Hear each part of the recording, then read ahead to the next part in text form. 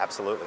Tell me about some of the species you have in the tank. We have just about every species that you would go out fishing for in New England is represented in all of our exhibits, but mostly in the main exhibit here. Okay. We have quite a few of the different bass species. We have largemouth bass, smallmouth bass, and we have our newest member right here, our striped bass. Now, wait a minute. You have a striped bass here, but how is that possible? This is a freshwater tank. I thought stripers from the Cape, from the salt water. You're absolutely right. And in fact, these fish did come from Cape Cod Canal. That's where they came from. But stripers can live in both fresh and salt water. Okay. So to have a true representation of fish of New England, we thought it was very appropriate to have that species of bass in the aquarium. And we went out and actually harvested these fish ourselves and introduced them about a month ago into the exhibit. We're pretty proud of the 6 striped bass that we have in fantastic. here. So the stripers are adjusting pretty well to the fresh water. It took them a little while. They're not only going from a wild environment to a captive environment, if you will, but they're also going from saltwater to a freshwater environment. So you mentioned you got the striper from down the Cape, but how'd you get it from? Who'd you get it from down the Cape? Well, we actually work very closely with Mass Wildlife. We have a real strong, healthy relationship with them in the education process of all of this. And we also work with them in getting all of these fish here.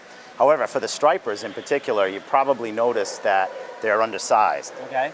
You can only take a striper in the wild, 2 fish up to 28 inches. And we specifically targeted fish from 25 to 27 inches. That's the size that we wanted here, school-sized fish. We didn't want them too big, so what we did was we had to pull a special permit with the help of Mass Wildlife that we were able to take 6 fish for educational purposes and transport them here to Bass Pro Shop. So we work very closely with Mass Wildlife, with Fish and Game departments as an educational facility for them as well. So they do a great job. They do. They really do. With everything they do. So well, that's great. Now I see I see a big carp cruising around out there. I see some big largemouth bass, some perch, calicos. You got, like you said, Calico you have bass, everything. yeah, pretty much anything that you can catch in New England, we have represented here. There's a northern pike right down here. Oh yeah, look at that. It's a great specimen.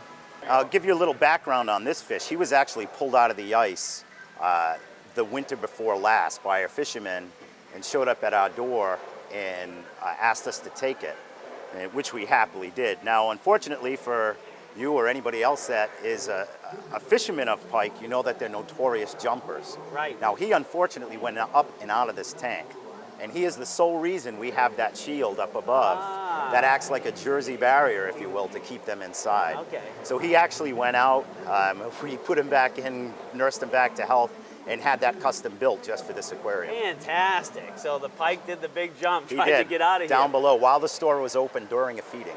Look at that. And this is pretty rare. You don't see him cruising much unless he's hunting.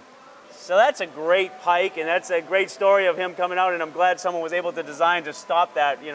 It'd be amazing to be a kid out here and to see a big pike come flying. Quite scary. As you know, they do have a mouthful of teeth. Now, I got a question for you. If you're bringing some of these fish in, like you mentioned, the trout and the stripers from their natural habitat, how do they adjust to life in the tank? They actually adjust very well, and believe it or not, fish in a captive environment like this live quite a bit longer than what they would in the wild. A great example is the carp right behind you. We have 3 great big carp in here.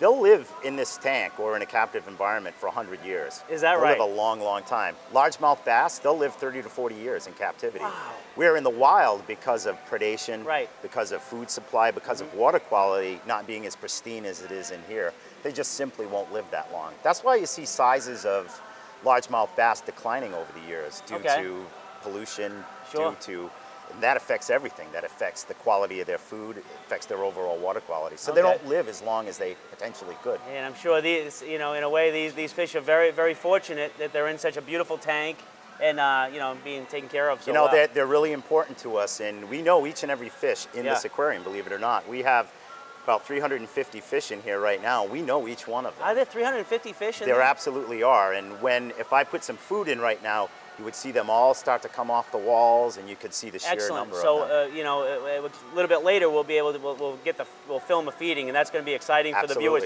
And I know one thing that the viewers are probably thinking right now, if they're like me, I've never had super luck with my aquariums. Sure. What advice do you have for the viewers? Anybody watching, what do they need to do to keep a nice, healthy aquarium? You know, that's probably the biggest question we get here.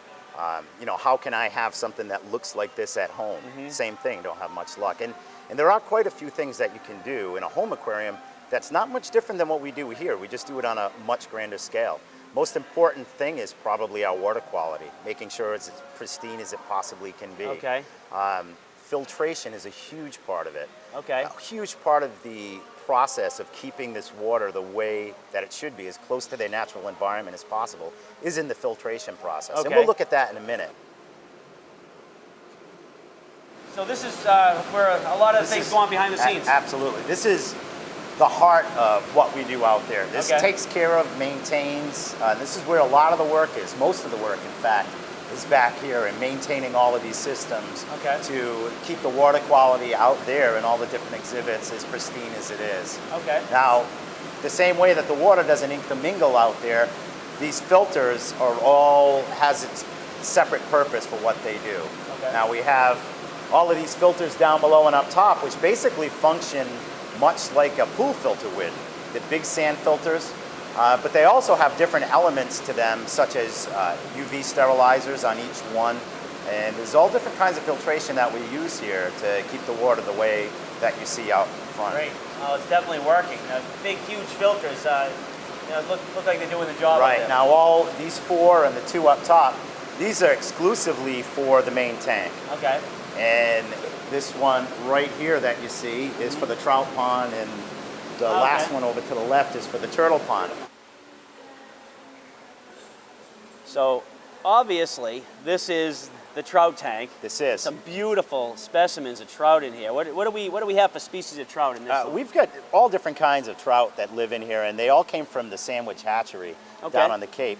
We have rainbow trout, brook trout, brown trout, and my favorite trout, which is a tiger trout. Oh, I love the tiger. Which there's one coming across the middle right now. Which a tiger, for anybody that doesn't know, it's a cross between a brook and a brown. Okay. It's kind of like a tiger muskie. They're infertile in the wild. They can't reproduce like that. It has to be a combination of both.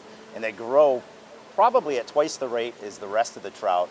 Maybe not quite that much, but they're excellent fighting fish. Great fighting fish. Oh, they're great fish. I actually caught one once in a nice little brook. I wasn't expecting it, and what a great thrill. A great fight. I love the markings on his back. Like that's just, look at that. That is gorgeous. Now, tell me, I see some of the tails in the are a little bit. Yeah, I'm glad you noticed that. That, believe it or not, is a testament to how close this water is to their natural environment. The markings that you see on some of their tails are from the fish making a spawning bed. Oh, fantastic. They'll use their tails, as you've probably seen when you go fishing, they'll clear out a patch in a circular fashion with their tails to lay their eggs, to actually spawn. Right. And we have had that happen here dozens of times. Oh, hey, that's a definite testament to the job you're doing, keeping this water so clean and natural. Thank you very much. Another thing about this water is, this is the coldest body of water that we have. The water is always at 50 degrees. Trout love cold water. And we actually have to go in this exhibit a couple of times a month, believe it or not, to pick all the coins out that people throw in. They'll make a wish and throw a coin in, right? But unfortunately, the nickel, the copper, and the zinc in those coins break down, and it affects the water quality. So we'll go in, we'll pull it all out, we clean it all up, and we donate it all to wildlife conservation. Oh, so it all goes to a really good cause. So it's a good. So on the one hand, not good that you do it, but if the money's going to a good cause. But and you obviously you feed these fish too. Yeah, these guys eat. They actually eat throughout the day, every day. Okay. What we do with the kids that come in, right behind me, where the reels are kept, the guys back there have these little containers of food. Okay. So when they see a bunch of little kids over here, they'll bring over some food. And I'll just give you a quick little demonstration. Hey, because I'm still a kid and I still like to watch fish eat pellets, Now, I always feed them from this one spot when I do a normal feeding. And the reason I do that is I have to get a good look at all of my fish from time to time to make sure they're healthy, they're happy, they're eating properly.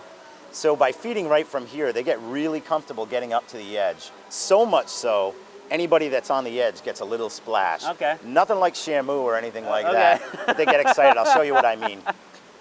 Oh yeah, right up out of there. That's fantastic. Look at the beautiful colors.